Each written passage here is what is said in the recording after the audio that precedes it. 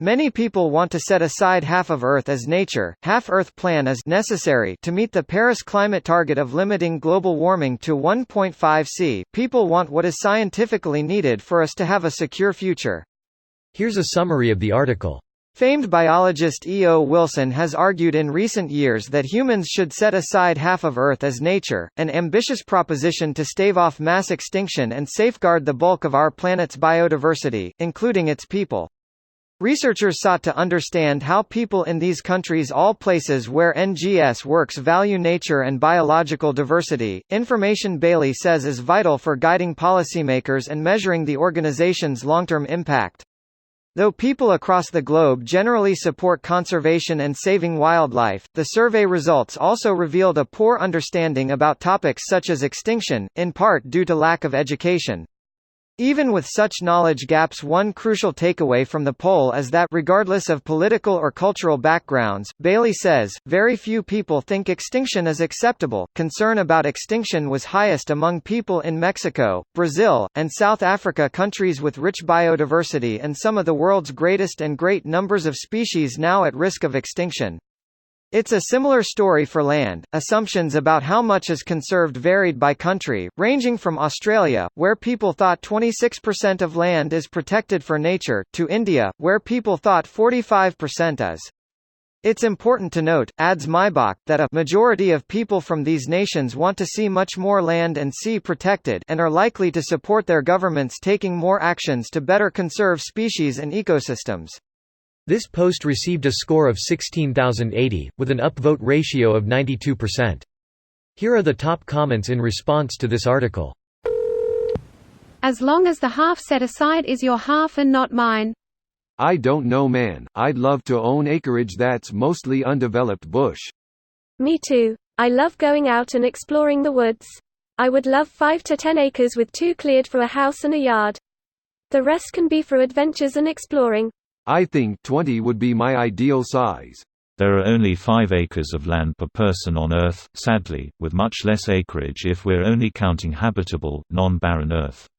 I've always maintained that population reduction is key to fighting climate change.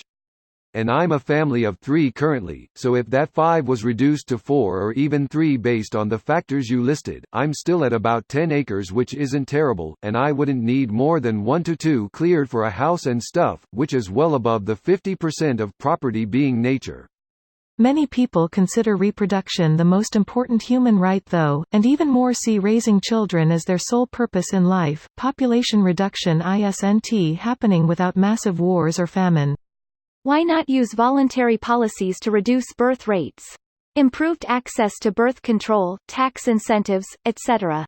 Anyone can have children if they want to, but we create a system where more people choose not to. It doesn't have to be China's one-child policy, which everyone acknowledges was a disaster in many ways. The real problem is that states are largely powerful in proportion to their population, so declining populations are not likely to be encouraged. Declines are usually considered a crisis by those countries that experience them. It needs to be half with the most natural diversity. 1 acre of cloud forest in Peru or rainforest in Amazon is far more valuable than an acre of sand in Sahara. The dusts generated in the Sahara provide important nutrients to the Amazon jungle. They also influence climate. Not just the Amazon. The dust also enters the oceans, feeding the basic building block of all life, megaflora and fauna, the plankton. Good point. The more we learn about the Earth, the more integrated we see its regions contribute to the overall health of the planet's ecosystems. We're all in the same ship, sink or float. Not counting roads, don't we only inhabit like 10% of Earth's land? 50% of habitable land is for agriculture alone. Do you include palm oil plantations that provides us all with wonderful shampoo by driving orangutans into extinction? Make bullshit purchases expensive again.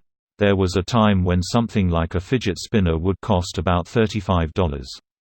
It meant that people weren't drowning in bullshit knickknacks and they'd keep what they had for longer. Americans wear an average article of clothing 7 times before giving it away, selling it, or throwing it out. If every Nyan Cat t-shirt were ethically produced and cost $50, many people would reconsider how badly they want it. Granted, this is somewhat less applicable to shampoo, since it has a finite number of uses, but it's part of the same conversation. This video was automatically created by Reddit to Speech. The article and comments in this video were selected from Reddit according to their upvotes, and any paraphrasing was performed by smmry.com, without any human intervention.